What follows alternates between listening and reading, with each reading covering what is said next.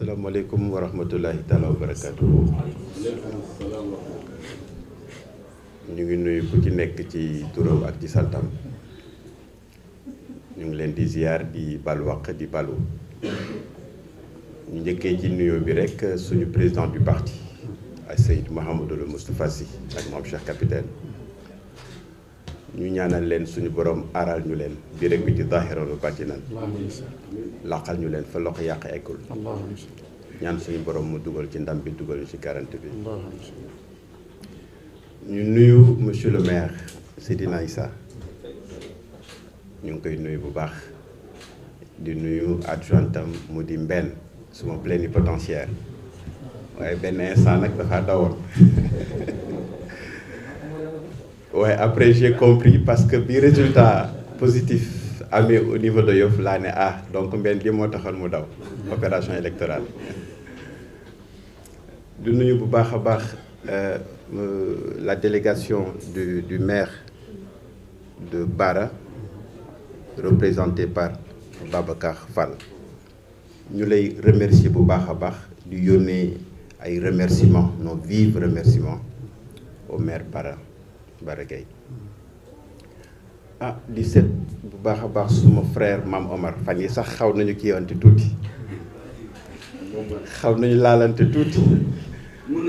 waaye nag noonu la c'est ce mélange de doute et de certitude, de contradictions controverses que la lumière a jailli pour éclairer l'univers tout entier. lii di nuroog doute du ko lii di nuroog jiix ci jaaxa aussi du ko ndax lu tax des âmes honnêtes ñoo ko seq ku ci nekk yaa ngi sur une approche inclusive, participative et constructive. Ces âmes honnêtes nag ne se cherchent pas du tout mais elles se retrouvent. di beral nuyoo suma frère et ami responsable jeunesse nationale mu di Habib Ndiaye pour le travail extraordinaire qu'il est en train d'abattre avec beaucoup d'efficacité et beaucoup d'effacement. ñu ko ci remercier bu baax a baax di seet sumay sœur des adjointes au maire Sophie Camara ak Soxna Ndeye Top. alors di jaajëfal notre sociologue. gis nga approche boo munti gis ci àdduna il faut toujours écouter l'approche du sociologue. maa ngi seen Émile Durkheim livre Émile Durkheim bi mu teg ci kanamam. di bëgg lool gis nga fi mu tëjee dafa nuroog lu simple mais ak xóot. le verbe ne vaut que par son utilité. al afala wax bu simple rek c'est parce que dafa am originalité. ki koy dégg nag mun na foog ne dafa simple mais boo ko tasee géej la li mu wax ci ay inquiétude am ak lu mu indi ci ay action politique jot ko ci ay indi ko ci ay parabole c'est extraordinaire. vraiment ñu lay jaajëfal bu baax a baax suma collègue nga nag parce que moi aussi j'interviens dans les universités. Jean-Jacques Rousseau dafa am lu mu wax dafa ni tout repose sur la politique. La politique repose sur la morale et la morale repose sur une bonne éducation. dama def benn émission journaliste bi ne ma mais yéen ay nitu daara ngeen yéen waru leen politique ma ne ko Jean-Jacques Rousseau de moo ne tout repose sur la politique. La politique repose sur la morale et la morale repose sur une bonne éducation. Et nos aïeux nous ont enseigné que la morale et la bonne éducation. suñuy maam ñu baax yi ñuy tudd morale ak bonne éducation weesuwul seen enseignement. mu ne tekk di ma xool mën na ko donc ñun ñoo nekk ci posture def politique. xam nga tubaab yi dañ ñu nax et c'est normal parce que ku ci nekk yaa ngi bëgg préserver sa intérêt. mu di avant les indépendances dafa amoon ay système politique yu fi amoon. avant les indépendances dafa amoon ay système politique yi fi amoon bien avant les indépendances. royaume yi yëpp di dox ak ci benn règle boo xamante ni tout le monde se respectait mais quand il y a eu les indépendances tubaab bi il fallait que ñu dugal ay système yu leen di permettre ñu téye ñu ba léegi ba yow mi baax yow mi am jikko boo bëggee def politique ñu ne politique de du affaire u gor waaye léegi nag et pourtant eux à leur niveau Jean-Jacques Rousseau son livre Contrat social, les pères de la Révolution française ñoom Robespierre et les autres bi ñu paree dañu jël le contrat social de Jean-Jacques Rousseau les lii moo nar a nekk seen document de chevet et la manière dont ils font la politique eux foofu xalaatoo fa détournement xalaatoo fa sàcc xalaatoo fa njuuj njaaj xoolal François Fillon lors des élections présidentielles passées lan moo ko daaneel et pourtant il était en pole position au départ. Bien sûr. ñuy tetee poste bi mu jox jabaram ci ay jamono loolu la ko gaa ñi daanelee et pourtant il était en pole position kon ñooñu ñu ngi bàyyi xel moral ñu ngi bàyyi xel bonne éducation ba pare nag ëlbati carte gi dans notre espace boo nekkee nitu moral wala nitu diine rek ñu ne déet demal ca jàkka ja waroo def politique formaté ñu nag à telle enseigne que loolu nekk suñu quotidien ñu nangu ko parce que loolu moo leen arrangé woon mais li may tàmm di wax dafa am ay génération intellectuelle yu fi jaar ki jàng ba noppi xamul ñun suñu mag ñi lu ñu jàng mooy la première génération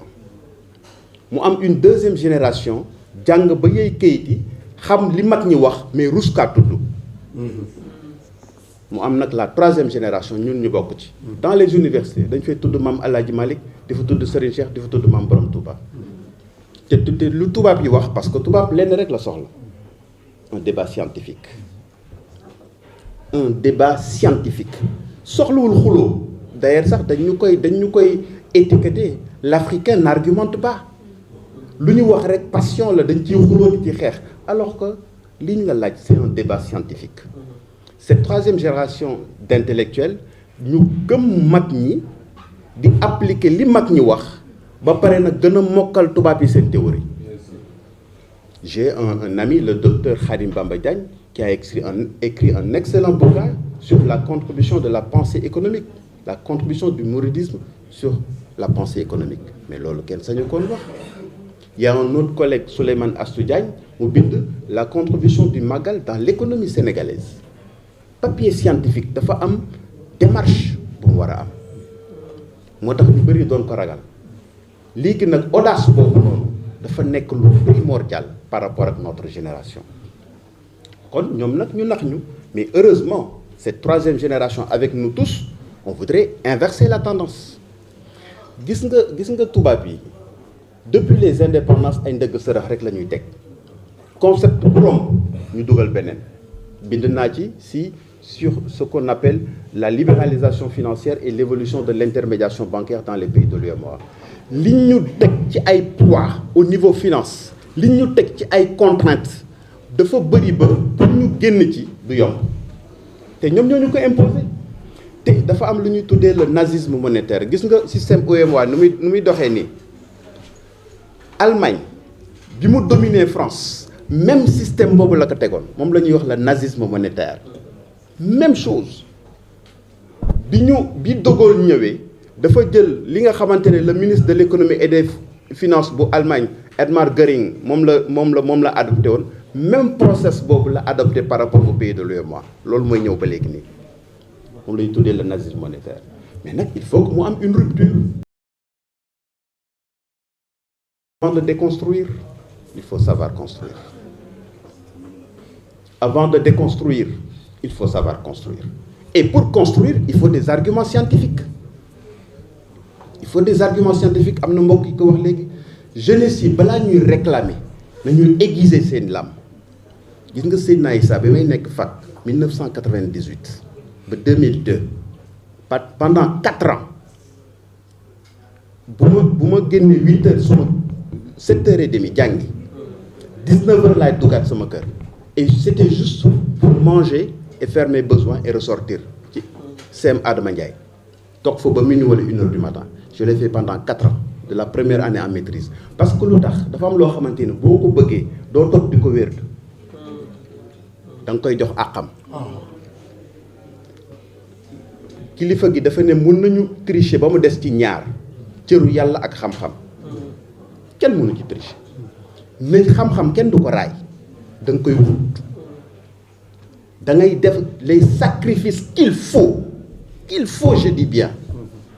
Serigne Cheikh daf ko wax nee na tant que dajuloo nee na kii matu la muy daj ci matam nee na tant que dajoo ko ci sa wutum xam-xam nee na wutoo xam-xam kii matu la muy daj ba bakkanam xaj ca nee na tant que yow dajoo ko ci sa wutum xam-xam nee na yow wutoo xam-xam kon yow mi nga xamante ni da nga war a représenter benn peuple benn communauté il faut nga aiguiser sa lame. Il faut souffrir pour sourire dans la vie, il n'y a pas de secret. Et choisir, c'est renoncer. boo tànnee rek foog nga am loo bàyyi dafa am approche yoo xamante ni dafa xew yi te heureusement Yewwi Askan Wi war na politiciens yëpp que ne am na ay ruptures yu am na ay changements yu nekk yuy pointé wu à l'horizon approche inclusive participative mais lépp nag ñu teg ko par l'approche par les valeurs. tudd nañu secteur économique yi gis nga y a pas de secret dafa am transformation yoo xamante ne buñ ci taxawul chômage bi dafay continuer toujours niche d'emploi ki fenn rek la nekk niche d'emploi fenn rek la nekk le passage du secteur primaire vers le secteur secondaire lu tax nit ki jàng ba noppi ñu naan yaa 70% wala yaa X% yoo xamante ne am nañu seen diplôme mais liggéeyuñu parce que cette transformation légère amul ak tubaab bi ñoo ñu koy imposer lu ñu liggéey dañu koy imposer ñu exporter ko à l'état brut pourquoi parce que bu demee à l'état brut ñoom daf leen di jox emploi kon il faut que paradigme yooyu ñu comprendre ko ñu waajal suñu bopp ci ay valeurs ci ay vertus mais aussi tamit li maam Cheikh wax ne na la mère des vertus mu ne c'est la volonté vraiment di encourager bu baax a baax maam Omar ci initiative bi nekk na loo xamante ne dinañ ko dañ koy magnifier mais aussi c'est une chose à continuer parce que permettre na mu consolider la jeunesse de la coalition parce que bi ma gisee sama mbokk Mbène gis fii Seydina Issa j'étais très heureux parce que lii lañ ñuy xaare vraiment di jaajëfal ñëpp di encourager ñëpp di remercier ñëpp asalaamaaleykum